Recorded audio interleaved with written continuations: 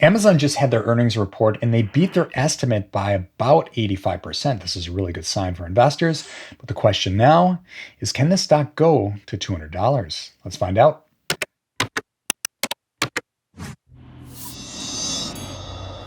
So we like to use the 4Ms to really help increase our confidence in Tykr. We're going to be calling this the 4M Confidence Booster. You can, of course, if you join Tykr, you can certainly join Tykr for free.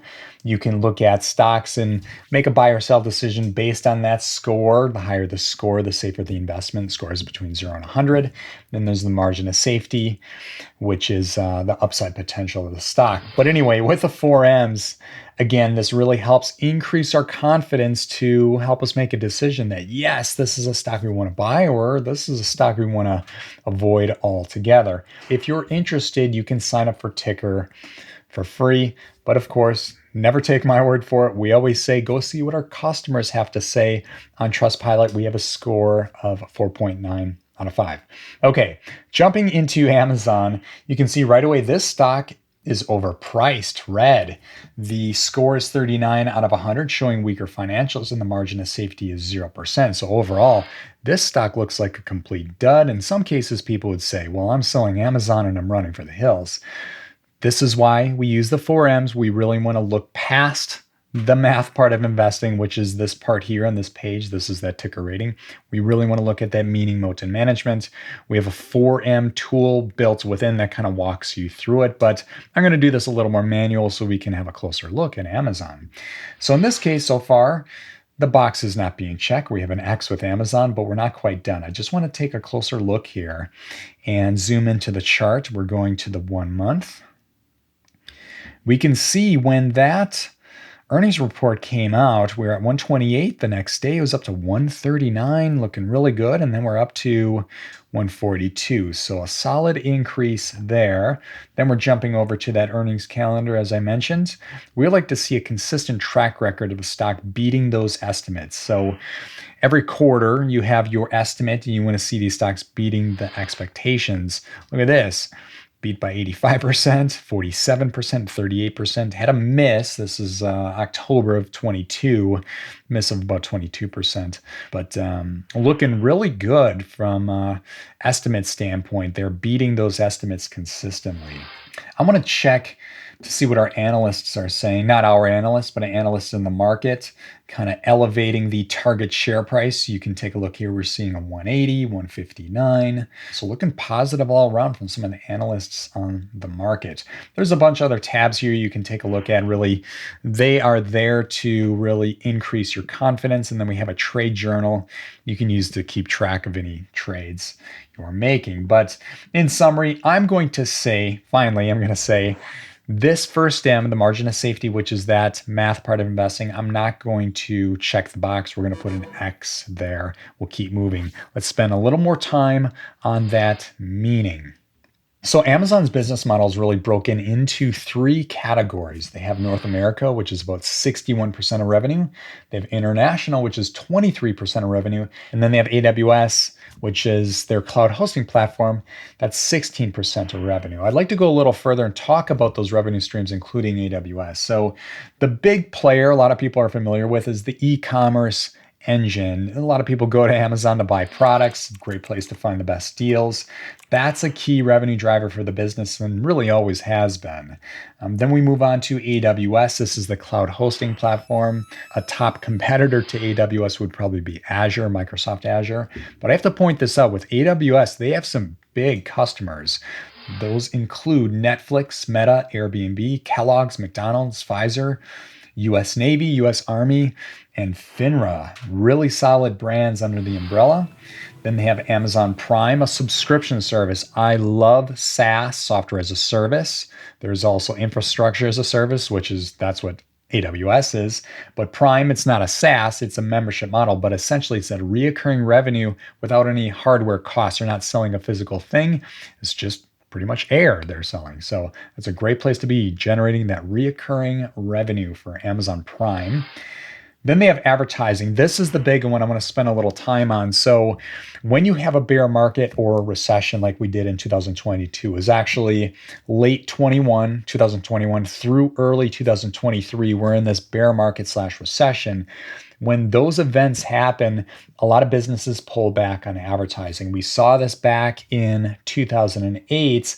I remember vividly because I had a business that was kind of in this marketing and advertising space. So it was an agency.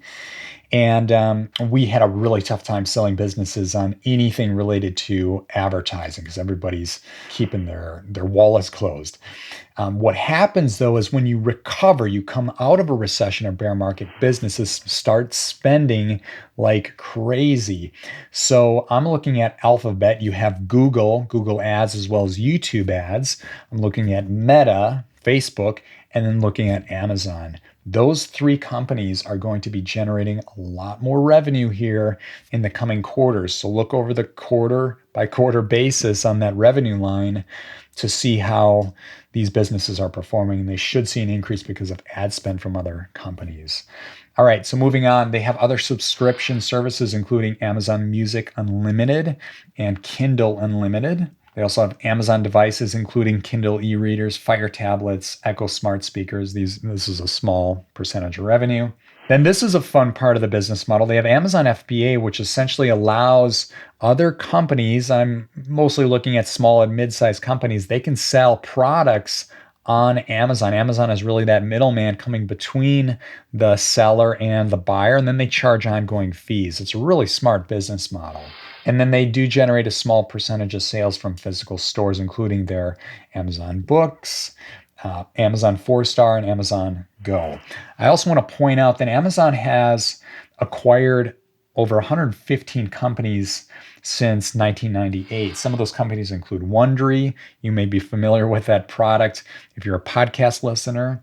They have Wicker, which is an instant messenger for AWS. Then they have Ring. You may be familiar with the Ring doorbell and cameras. Then Whole Foods, Twitch, Goodreads, Zappos, Alexa, and Internet Movie Database. So when a company gets to a big enough point where they're generating more free cash flow, they can acquire other businesses. You can also use debts as well, but it's smart if you're using that free cash. You can acquire other businesses, which you can turn into other products or keep them as separate businesses, but under your umbrella. And those businesses generate additional revenue. So it's really smart when we see a company that not only has their own multiple revenue streams, but other companies under the umbrella, and Amazon has exactly that. So with this M, this is the meaning, I'm going to go ahead and check that box. Next up, we have the Moat. We want to compare Amazon against the competition. So first things first, let's jump to Alphabet. We can see the summary is a watch. Their score is 44 out of 100. So it's close to Amazon, but then that margin of safety is 61%. What I'm doing is I'm comparing against two revenue streams. Of course, the advertising component, as well as the hosting component. They have Google Cloud hosting, which is competitive to AWS and Azure. In this case, I'd say Alphabet is a better investment than Amazon. Doesn't mean we should give up on Amazon quite yet. Let's keep moving here. Then we have, in this case, Rackspace. I've worked at companies before that use Rackspace as a hosting platform, so competitive to AWS. In this case, I would say AWS is actually the better investment. This is overpriced. The score is a little higher. Margin of safety is also 0. But the issue here is Rackspace has a share price of $2.13 US dollars. This is a penny stock. I've talked about this in other videos. Any stock that's between $0 and $5 US dollars, it's a penny stock. And anytime a stock jumps to that range, there's a 99.9% chance it'll never break out. The reason is large institutions, those are the companies that really move share prices up and down. They lose confidence when shares drop to that price. And then any stock that falls between $5 and $10, there's a 90% chance it'll never break out past 10 again. So this one I'd be very fearful of. So in this case, Amazon beats Rackspace. Okay, moving on to Walmart. We're actually comparing Walmart, the e-commerce engine, against Amazon. In this case, we actually have Walmart beat. They're overpriced. Again, we're at 39 with Amazon and Walmart's at 34, margin of safety 0%. So far, we have Microsoft and Google, I'd say, are better investments than Amazon, but Amazon has Rackspace and Walmart to beat. And last on the list, let's jump to Target. Also comparing against their e-commerce engine, they're a watch. Their score is a 56 out of 100 and margin of safety is 0%. So in this case, on paper, I'd say, okay, Target is the better investment, but I'm looking at Amazon as a whole, the meaning of the business, the various revenue streams do beat Target. So overall, if I were to rank these companies really at the top 3 level, I'm looking at Microsoft, then Google, then Amazon. Amazon does come in 3rd place. So in this case, I'm actually going to check the box for the Moat. Now moving on to management, we're talking about Andy Jassy, who's the current CEO. He actually joined Amazon in 1997. He was the CEO of AWS, the cloud hosting platform, before becoming CEO of Amazon. He has a lot of great experience with building tech. AWS is a key driver, revenue driver, as we saw 16% of revenue. He did a lot of things within that segment of the business, including making AWS more approachable for small and mid-sized businesses. It's really well known, like I said, Meta and Netflix, a lot of big players use it. But if you're a small business, you can get in, you can kind of pick and choose what you want. Even Tykr, we started on AWS and we're only paying like 10 to 20 bucks a month. Of course, as we started scaling, we looked at other options. It can get expensive as you're growing a small business, but when you're a company like Netflix or Meta, hey, you want something that can scale and handle a lot of traffic as well as a lot of space on the cloud. But anyway, Jassy really has done a great job driving this company. I think he's a great fit for CEO when he filled in after Bezos stepped out of the position. Something I do want to drill into here is the Glassdoor rating. So the Glassdoor rating is 3.8, which is pretty good. I'd like to see a 4.0 or higher. And then the CEO approval is 72%. Ideally, I want to see 80% or better, but still this is pretty close. In this case, I'm going to check this box as well. So far, that first M, margin of safety, that's an X, but the meaning, moat, and management, those boxes check. We're looking pretty good. Okay, I have a few items in the news and then we'll wrap this up. So Pinterest stated they have a new partnership deal with Amazon. So if you're looking at products on Pinterest, you can go ahead and click those products and purchase them directly in Amazon. And Pinterest has a little over 463 million monthly visitors. So this could be a nice little bump to revenue for Amazon. Amazon also announced they have a strategic partnership with One Medical, which is kind of like a virtual online platform. If you're an Amazon Prime member, you get a discount on One Medical. And some of the services include you can talk to representatives about chronic care management, if you have questions on common illnesses, really whatever needs you need aside from if, they're not doctors, but you can get some, you can talk to somebody, I'll put it that way, just to get some basic advice. And that company should drive small increase of revenue to Amazon as well.